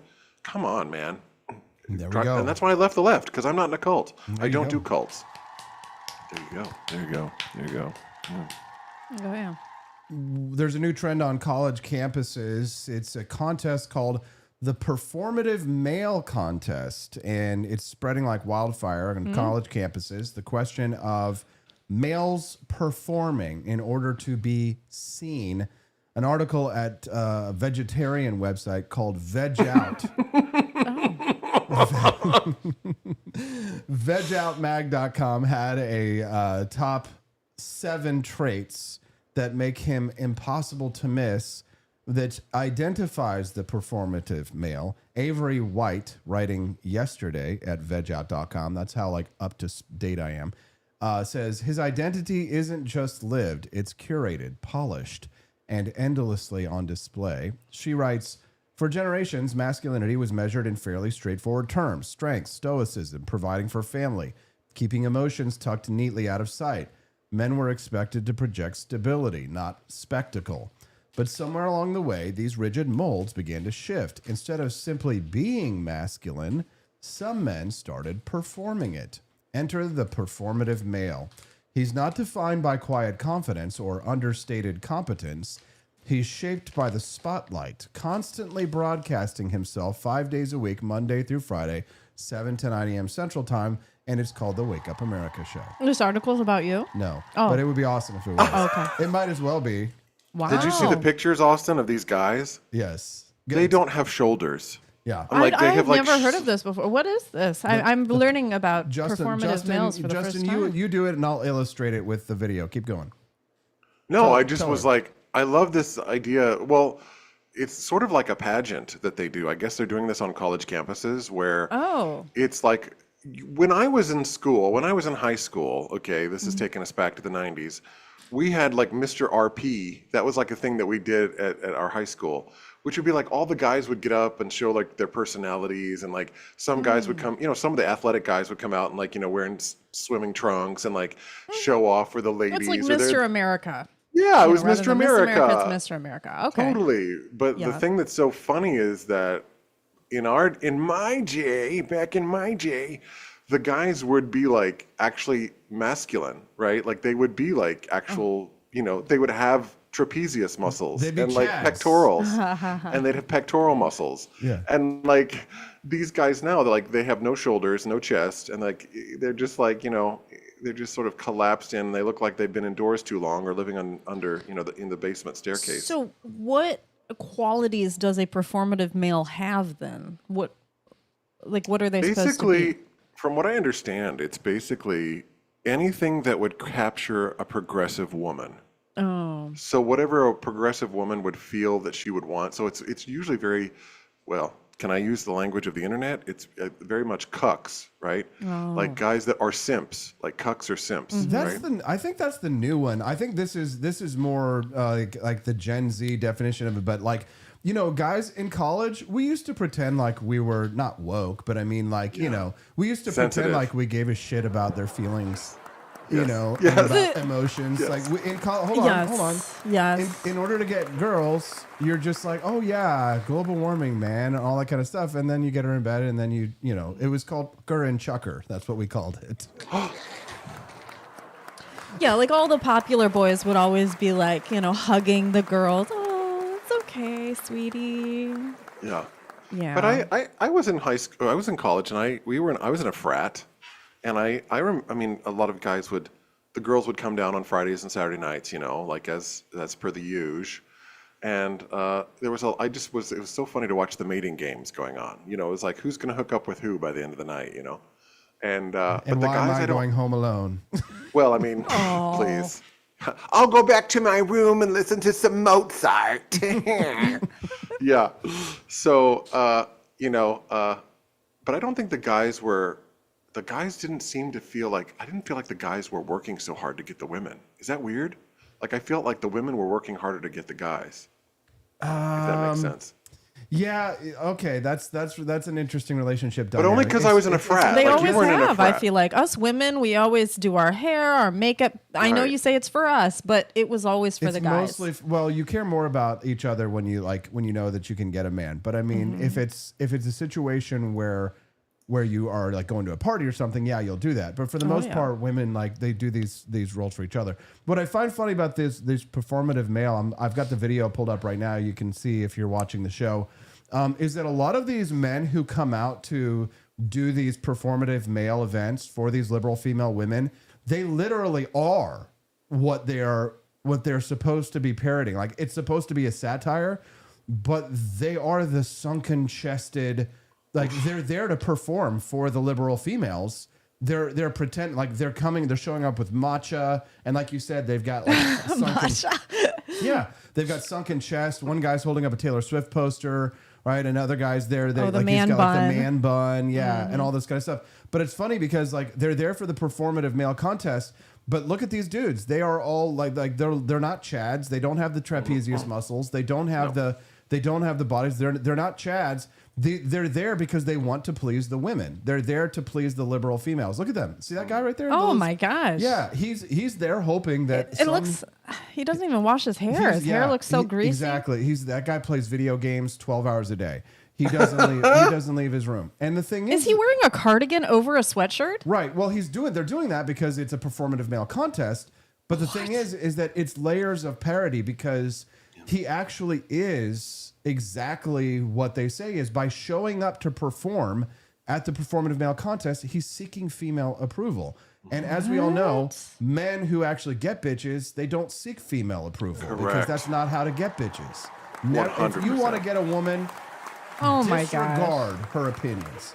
Look at that guy. He's holding a Starbucks latte in his hand. What did you say, Justin? You're right though, because like you think about the guy. I think about the guys that the girls were really after when I was in school, and they were confident, they were attractive, they were athletic, they brought something to the table. You know, they were. Yeah, the girls were after him. They would fight each other for these men. 100%. 100%. Of course. Yeah, no, there was none of that. There was none of that like simping stuff. I mean, not to the degree it is today. What in the world? There used to be a time like during courtship when the men would pursue the women, but that's not really how it works anymore. It's not men pursuing women. Like women, because the pool of available males has gotten smaller and smaller as women's preferences have gotten more and more strict. Yes. So the pool of available men is smaller and smaller, and then men are self-selecting themselves out of the true masculinity because they are being performative males in many ways, and they're seeking female approval, which is the last thing you should ever want if you're trying to get a woman, is like to seek her approval. Just go to the top of the mountain and ski down to the bottom of the hill like a badass, have an absolute blast. Don't think about her, and she'll be waiting for you at the bottom of the hill. Honestly, she's going to be right there, ready to snap you up. You're right. That's why I always tell guys the best thing you can do is work out. You know, start working out. No, this guy has the right idea. He's getting out his guitar, which women across every generation has always loved men with guitars. Just going to say, when you get out your guitar, I am just so mesmerized. Here's the thing. But here's the thing. All I had to do was sit down at the park bench in front of the dorm and just start playing the guitar. And they came to me. This was like, remember the birds metaphor, right? If you chase a bird, what does the bird do? It runs away. Yeah. If you put out the bird seed in your hand, what happens? What do the birds do? They come to your hand and they eat out of your hand. It's not that hard. But a lot of guys who maybe they're young or they're inexperienced, they think they need to do all these things to get girls when it's so much easier to just work out, do what you love, get really good at something. Because as Napoleon Dynamite said, girls like guys with skills, nunchuck skills, AI skills, AI martial arts skills. It's true. It's very true. It's very true. And the thing is that these women are getting with these guys like this, and these women resent these men so much. They can't stand them. They hate these men. They hate them. Yeah. You know, though, I used to watch The Bachelor show a lot, and The Bachelor does not have men like this on the show. The men that The Bachelor has are still very masculine, chiseled, stereotypical man. So I don't know. There's something about, I guess, apparently mainstream media still hasn't caught on to these new trends. No, it has. It's just that, but again, that still confirms our bias because it's one Chad and all the women are fighting for him. Oh yeah. So that's a high value male. A high value. I mean, male. this show has been going on for 20-something years. The Bachelor. But that's why it's so compelling, is because women who watch that show, they fantasize about that scenario that because the way women have social status is that they all form like this little sort of like chicken hen community. And then they all sort of peck each other out of the way, out of the running for the male. And so like intrasex, is that what I'm looking for? Or Yes, intersex? yes, intersex competition. Intersex competition is that these females are all fighting for the highest value, highest quality males, of which again is a smaller and smaller pool because men are self-selecting themselves out because they think that they need to do what women want because that's what society and culture is doing. But then the very small group of chads, they sleep with the majority of the women. They're the ones who largely procreate, and the gene pool kind of gets smaller and smaller. Probably the most damning statistic I've ever heard for women's behavior ever, and I'm not sure how true it is. I've mentioned it a few times on this show that I've heard from some of the red pill communities, is that the ratio of propagation male to female has always been higher female in regards to versus male, but that it used to be something like in caveman days, it was something like 77 females would reproduce compared to one male. For every one male who reproduced successfully, it was 77 females.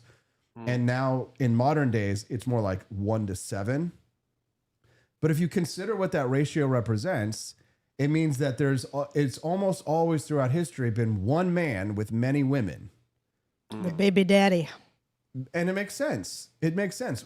What that shows is that women would rather share one high status male than be monogamous with a single lower status male. Is that called hypergamy? Yes, it's called hypergamy. Yes, Justin. That's my brother. He's one of the smartest people I know. Hypergamy. Yes, exactly. Hypergamy is what that is. But it makes sense from an evolutionary psychology perspective. But it's the kind of thing, if you want to get canceled, start talking about that on the legacy media. Start talking about that on legacy media, because that sort of, it's like that guy, what's his name? Homath. He does all the numbers on this kind of stuff and shows like the behavior. I remember reading an article once that really laid it out for me. This is heterosexual talk here, Justin, but just bear with me for a moment.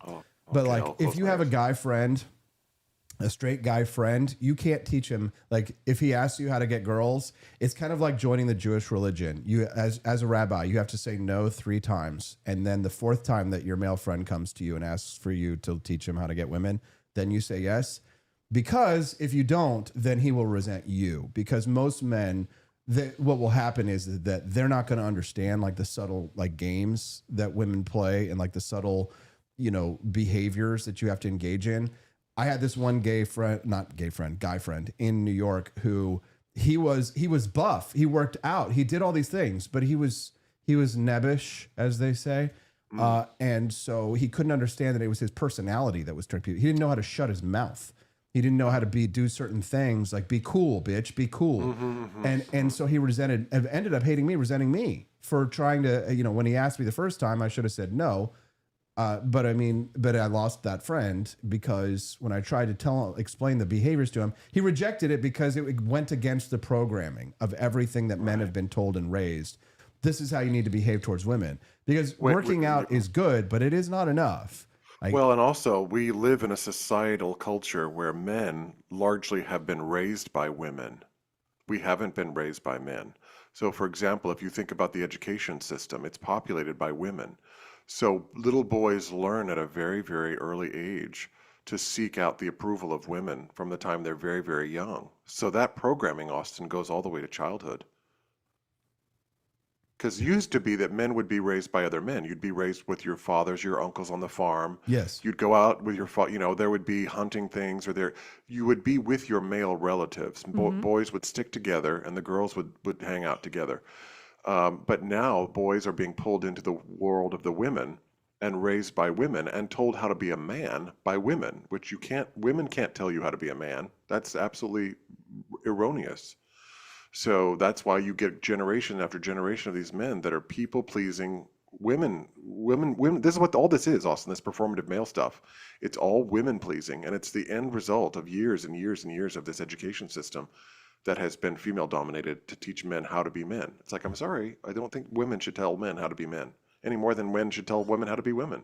Here are the 7 traits that make performative males impossible to miss. Number 1, the podcast voice. There's a certain tone some men adopt that feels like it belongs on Spotify rather than in your living room.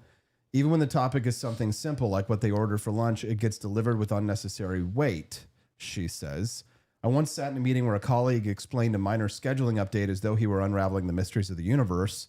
The pauses, the inflections, the dramatic build, it was all there. Number I hate two. those dudes. I hate those dudes. I do too. These dudes So suck. how would it sound? Well, let me tell you about what I read in Angela Davis's book on colonialism and the rights of the marginalized. And you're just Very like, poetic. yeah. I was thinking you were talking about uptalk. Like, so today I had an omelet with a side of honey, and it was so good. Yes, that's a female version, Stephanie. Very good. Exactly. I hate that. Yeah. I hate that too. The up talk. It's like, do women really talk like that when they're at dinner with their friends? I don't know. That's a good question. I don't know. They just do it for the TikTok views because people, for whatever reason, like when women hear that voice, it just like, it's like the insects to the electricity thing. The women are like, why is she talking like that? I want to make sourdough bread like her. that. I don't know. Yeah. Didn't you see the lady get arrested up in New Hampshire that was like a government official and she was drunk at the bar? This is like a month or two ago.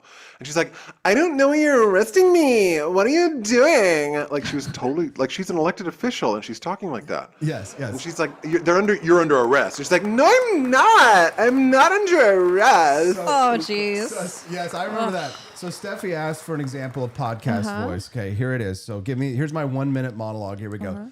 So the other day I made a sandwich, but not just any sandwich. This was an exploration. First, I selected the bread, whole wheat, because, you know, we live in a society where every grain tells a story. Then came the peanut butter, smooth, not crunchy, because life is already crunchy enough. And as I spread it, slowly, deliberately, I thought to myself, isn't this what we're all doing? Just trying to spread a little consistency across the uneven slices of existence. And this is where it gets wild. I realized I didn't have any jelly. And in that moment, friends, I was confronted with the emptiness, the void of desire unmet. So I ate it plain. And sometimes that's the bravest choice a man can make. Oh my gosh. There it is. Oh, that's crazy. I mean, it's somewhat tempting to engage with you when you're talking like that. Yeah. Yeah. I want to know what lever I need to pull to be crushed by a safe. Kill me now. Just kill me. Exactly. Imagine listening to people like that. C. Royber says, I don't know. I'm not gonna lie, Austin. I actually am kind of turned on by this. Or she said, I'm kind of enjoying this, Austin. Because this is how men talk in romance movies. They speak very deeply about everything, and I think that's what women long for usually. But in reality, we're like, come on, speed it up. Come on, get to the point. Just tell me what you had for lunch. That's it. Yep. Somebody went to the gift shop this morning and made a purchase of the Michael Myers Halloween horror political parody shirt. Yeah. Yes. Thank you so much. And they used the discount code. And that means that they got to save a little money, which is nice for them. And that means that we have gotten towards, I don't know, and Brad hasn't posted up the number yet, but it's like 40 plus 40. So it's like 80 bucks. So the bonus content, phase 1 has been unlocked. Wow. In the arms Wow. So tell me more about of this the performative angel. guy. What else does he do? Okay, What so are his he does other the qualities? podcast with the arms of the angel. Thank you, Justin. God, this show is off the rails, but I'm loving it. It's going by so fast. I love it. It's been so funny. Okay, so the next trait for the performative male, oversharing intellectualism.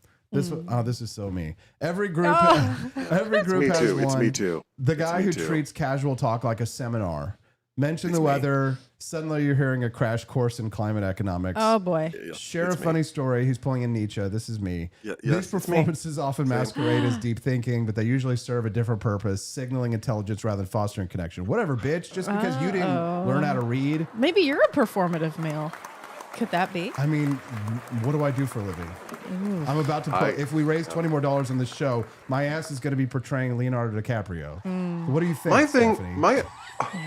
My thing about what you just said, though, is like, I just get really enthusiastic about sharing knowledge. Like, I just learn things and I get so excited. And I'm like, you guys, like last night when I was doing all that research, on our ancestors, I was just like, and look at this, and look at this, I just get really excited about drawing connections to things. Same. I'm a dot connector. I love to connect dots. Tracing like the historic lineage of thoughts, of thinking patterns. It depends on the woman, but I mean, throughout my history of having crushes in school, I always liked the boys that were smart, the ones that always talked above my head, and I was like, oh, tell me more. Yeah. I don't know what you're saying, but tell me more. Well, I mean, I don't want to be in a relationship with anybody you can't talk to. You know what I mean? Like, I don't want, like you say, Austin, I don't want to be in a relationship with the D students. It's Thank you. What are you going to talk about? What are you going to talk exactly. about? I prefer the C students. Yep. I always liked the guys who wore glasses, read a lot, knew a lot. That'll get you killed in the Khmer Rouge. Number 3, competitive vulnerability. It might sound contradictory, but vulnerability can be just as performative as bravado. Some men share their struggles with a strange competitive edge, turning pain into a resume line. I call this the victimhood Olympics, but a friend once told me about a date where the man spent most of the dinner listing every hardship he had overcome. Oh. By dessert, she felt less like she'd been let into someone's inner world and more like she'd attended a motivational talk. So it's kind of like, at first I was poor and I was young and I had to go through this pain. So it's like you're sort of like pretending you're like being vulnerable on purpose in order to like show that you have emotions and feelings. I don't know what this is like, so I don't get it. I mean, it's so manipulative to me. It sounds like manipulation. Yeah. But then the woman talks about how she's a victim too on the date, I'm sure. Talks about all her exes, all the abuse she's endured from her parents, the trauma that she's had. What do the smart girls get, says Camellia? Cats. Meow. Yeah. What do the smart girls get, like in dating? You mean? Yeah, they don't get men. They get cats.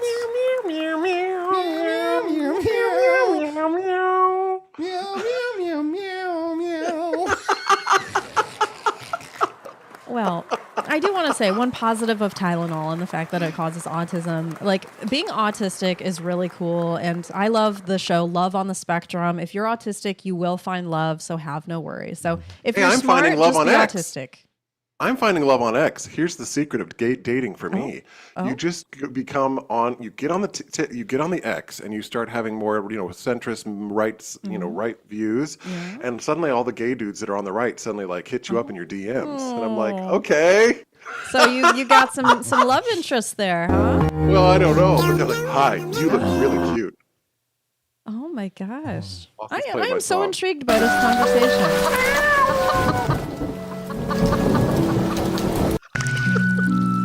Is this supposed to be a man? These are the AI cat videos. Hold on. Let's see if I can get it. My new favorite thing.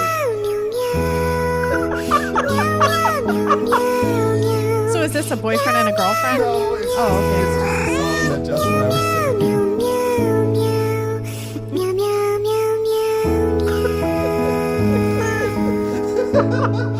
singing. Smart girls get cats.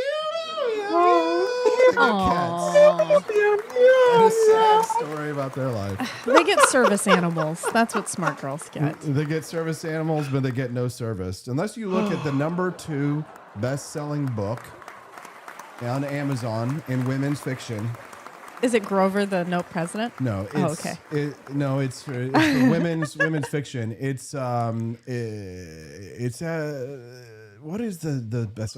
It's about a woman and her love affair with a bull, like a cow. What? Yeah. I have never heard of this. I've never been into reading romance novels. I'm not into that stuff. I know a lot of women are. Yeah. Is that Greek? No, it's basically book pornography for women. It's been a meme that's going around. And it's like about bestiality.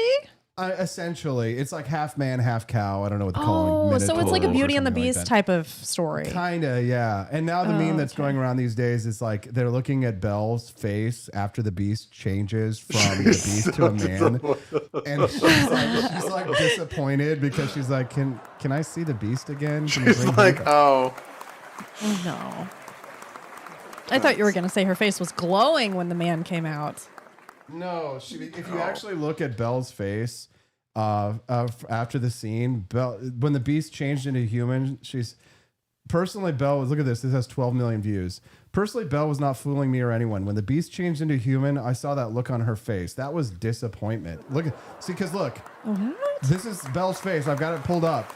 After after the beast turns into a human, she's looking at him kind of like, can I see the beast again? But why? Because she doesn't want the guy. She wants the cow. beast. That's so weird. Hey, listen, don't blame me. Here we go. Hold on. It's me. What happened? Well, he's not a beast anymore. He's I know. You should be happy. But let me see the old one more time. Just. Do you like how I look? You're all right. What would you say? 1 out of 10. You're like a 4, but it was like an 8, but now it's like a 4. The producer thinks you're pretty disappointed. So No, right. What can you do? What am I supposed to say? Go back to being a dog? Okay. Is this going to be a trend now that women are now attracted to animal figures? They always have been. That's always been a You're thing. sick and you're perverted. This is why there's a reason why women and their rights have been suppressed throughout all of human history. Okay, there's a reason why we kept you locked away under a veil. And now we see what happens now that you have rights. Look what you've done in society. This is what they're doing at furry conventions. Yeah, exactly. So now they're going to have people dressed as bulls at furry conventions. Yeah, so there you go. So Mighty Megatron, who's enjoying my bigotry this morning, you better be donating, Mighty. Oh, or are you the guy who bought the hoodie? I don't know. Thank you. The show has sponsor a libertarian. Oh my God. In the my mind is awakening. I'm learning so much about the world today. I think we're all learning things. I'm so confused and so glad I'm married. Yeah. Well, you never had like any weird like bestiality things. I'm not going to pull up those pictures because there's some nudity on those. But like, I'm trying to find the meme that's going on. Oh God, there's like hardcore pornography on Twitter. No, thank you. But it's it's like the number 2 best-selling book is this strange like bull fantasy that these chicks have, and it's like women really love this. So I don't know. Well, it's Twilight. It's the same thing. It's like werewolves and vampires. Werewolves, yes, Justin. So is it There's the okay for a connection. woman to be attracted to a werewolf then? I mean, like, listen. The meme that's going around right now is that all the women are like they prefer the beast as the beast and not as the human male. So weird. So there you go. But you know those men that have hair all over their face in the circus? That certain medical condition? Maybe those guys are going to start to get more women. Those women want those like really hairy animal-looking men. I just remember the lady that turned into a gorilla at the Missouri State Fair. That was the scariest thing I ever saw. What? Yeah, she turned into a gorilla. How? Well, it's done with mirrors, but like she's standing there, and all of a sudden, then like there's a gorilla, and then the gorilla. You can find it on YouTube. Then the girl, like there's a guy in a gorilla suit, and then he runs out into the audience and chases people around. And God, that sounds like a traumatic occurrence. If I was in the audience, I would have been freaking out. Yeah, I'm gonna call my first 5 years of life. Hi, this is my high trauma time. Because like I would have those kind of experiences, You'd see the girl that turns into the gorilla. She'd be like, oh man, and the guy in the narrator would go, she's going to be a gorilla. And it would scare you. Oh, it was awesome. It was awesome. There we go. I found the book. It's Morning Glory Milking Farm. That's Are the you book. kidding me? Are you kidding me? That is oh my gosh. Number 2 best-selling female romance novel, Morning Glory Milking Farm, a monster bait romance. Monster bait? Monster bait? Romance. Oh my gosh. She's monster baiting to this one for sure. Yes. So, Morning Glory Milking Farm, a monster bait romance. USA Today best-selling author, C.M. Nescosta, probably fake. This is what happens when you allow women to have rights. This is where they go. This is where they go. Who's milking who? Is he milking her large boobs there? No, she's milking him. Oh my God. He's the baby. This looks very sexual. I feel uncomfortable. Well, here's the thing. Like we're supposed to think men are all these degenerates and they engage in all these like filthy sex practices. But for like most men, like the kinkiest it gets is like, a threesome. But for women, it's like, I am with a minotaur, Morning Glory Milking Farm, and I milk him and he milks me. It's disgusting. They're degenerates. female degenerates. Oh my gosh, this is taking role playing to a whole other level. The guy will be like, "Hey, hon, you want me to bring handcuffs to bed? No, wear your animal horns. Morning glory milking. Wear your deer head in the bedroom with me." Oh my god! This is how political figures get assassinated, because people go and they read that stuff and they get into these like furry communities. I was reading an article yesterday saying that surprisingly, what women like in the bedroom, this is a new finding, is they like to be complimented. They like to be told that what they're doing is like great. So apparently that's the new turn on for women. Compliment your woman in the bedroom. Not getting choked? I thought it was getting choked. I know, me too. And so that's why this article really pulled me in, because it's like, this is the shocking new thing that every woman wants in the bedroom. Well, apparently she wants a cow. Or you could just say, babe, you did such a good job today sweeping the floor. Yeah. I mean, I would like that. Thanks, honey. Tell me how good of a housewife I am. That Fabulosa smells amazing. Yes. All right. It is 8:56 in the morning this morning, and that means that it's time for us to start wrapping things up. We did hit the first level of the bonus content. I don't know, even if it's like $2 short, I'll go ahead and play the bonus content. I want to for you see today. Leonardo. No, we didn't do it. No. So here's the thing. Here's how this is going to work. Because we only have a few minutes left, we have to say goodbye to Justin. We have to say our goodbyes too. If during the 5-minute mini documentary that I produced for you guys, which I will play at the end of the show here, if somebody donates $20 or makes a purchase at the shop and goes over the $100 level while we're live, I will bring Leonardo DiCaprio on the show. But if not, otherwise, it's the end of the show. However, we do have some more announcements to make after we'll say them after we say goodbye to Justin about what's going on tonight with the Freedom Arcade. So, Justin, is there anything else that we missed today on the discussions about Morning Glory milking farms and performative avails? Anything we missed, Justin, you want to share with our This audience? was truly unhinged, Yes. and now I need to go take a long shower, like in the movie Silkwood with Meryl Streep, and she's like, I'm gonna like spray her down. That's kind of what I'm gonna do now. Silkwood shower time. There you go. All right, Justin, what do you got coming out on your Substack today? Not today. I'm taking a break today. I've been writing like a crazy person, so I'm taking a vacation. Okay. I do paid articles on Monday, though. Every Monday is a paid article. So if you're a paid subscriber, in the arms of the angels. Wow. Yeah. So donate to Justin Petersen. He's very That's right. sick and hungry. He And needs I'm a Holocaust money. victim. And I'm a Substack. Holocaust victim. Yeah. And I was in the Holocaust.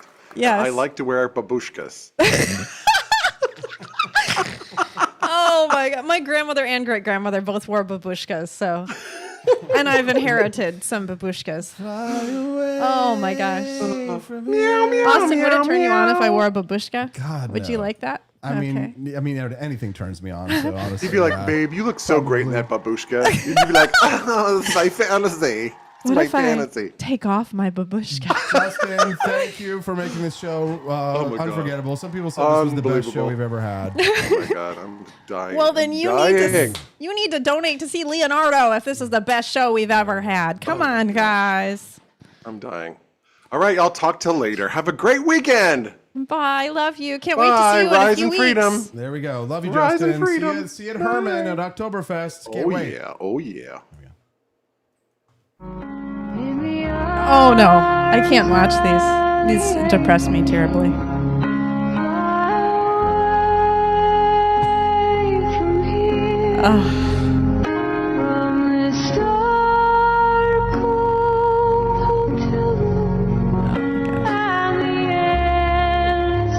Only 3,000? That's it? Oh god! That looks like my old dog Duke. Oh.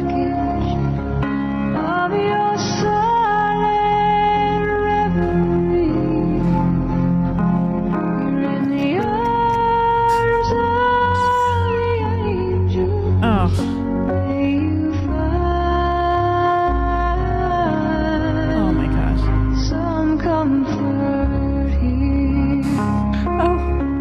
Hi, I'm Sarah McLaughlin. Will you be an angel for a helpless animal? No. Every day, Fuck innocent those animals. I got kids to feed. Humans over animals every time, bitches. This is that fantasy. This is the female fantasy that they all want to sleep with animals, and that's why. Well, she should be at a cow farm asking people to donate money to the starving cows. Stephanie, how many times have we had the conversation about people who love animals more than they love humans? I think we've had it 2 or 3 times. Oh, I do. I love animals way more than I love humans. And also, I want to make a side note. I rest my case. I want to make a side note. Morning Glory Milking Farm. Do not donate to PETA ever. They may say that they save animals, but they actually euthanize a lot of animals. So I learned that. I'm donating to PETA. I learned PETA is not good to animals. They claim they are. Do you get to eat them after? All right, we've hit the bonus content. It's time. We did? Leonardo? No, not Leonardo. But we have hit the. Oh gosh. We have hit the first phase of it. So if we unlock phase 2, if somebody goes shopping at the gift shop or makes like a $20 donation or something, that will unlock phase 2. But you've only got 5 minutes to do it. So enjoy the bonus content. Phase 1, guys. Thanks for all you've done for us this week and all the financial contributions. Thank you to Siggy's mom for becoming a monthly subscriber at wakeupAmericashow.com. We appreciate that. The poor, lonely libertarians. And guys, tonight, for now, we don't think that we'll have time to do a Freedom Arcade because Camellia and I both will be on a Are You Smarter Than the Politician game show tonight. So tonight, 7 p.m. Central Time, Camellia and I both are going to be on a game show. And I don't know if it's going to end by 8 o'clock or 8:30. I don't know how long it's going to go. But if it doesn't go too late, then we'll switch over and we'll do the Freedom Arcade and we'll play some party games tonight a little bit. Are you smarter than a 5th grader? Yes. But hopefully we can play Are You Smarter Than a 5th Grader after the show that you were on. Yeah, maybe we can. Yeah, I'll see That'd if I be fun. That'd be great. You know, I'll download it if I can, if it exists, and we can play that tonight. If we can't play it tonight because it goes too long, then I will do a gaming stream tomorrow on the Wake Up America Show's page here. We'll do a Freedom Arcade tomorrow as a make good, okay? All right. Great. All right. So Stephanie, Austin, Justin, it's the Freedom Family Friday. Thank you guys so much for contributing. We'll see you guys right back again here, maybe tonight, if not this weekend, but definitely Monday on the Wake Up America Show on the 4 Liberty Network. Be free. Bye, guys.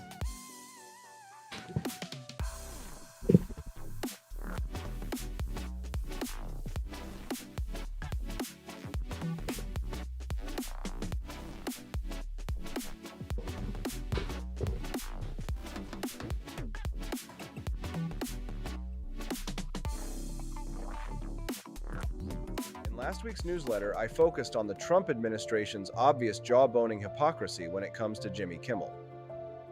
Trump folks railed against the Biden administration for pressuring social media companies to censor conservatives, yet are now engaged in a variation of the exact same thing.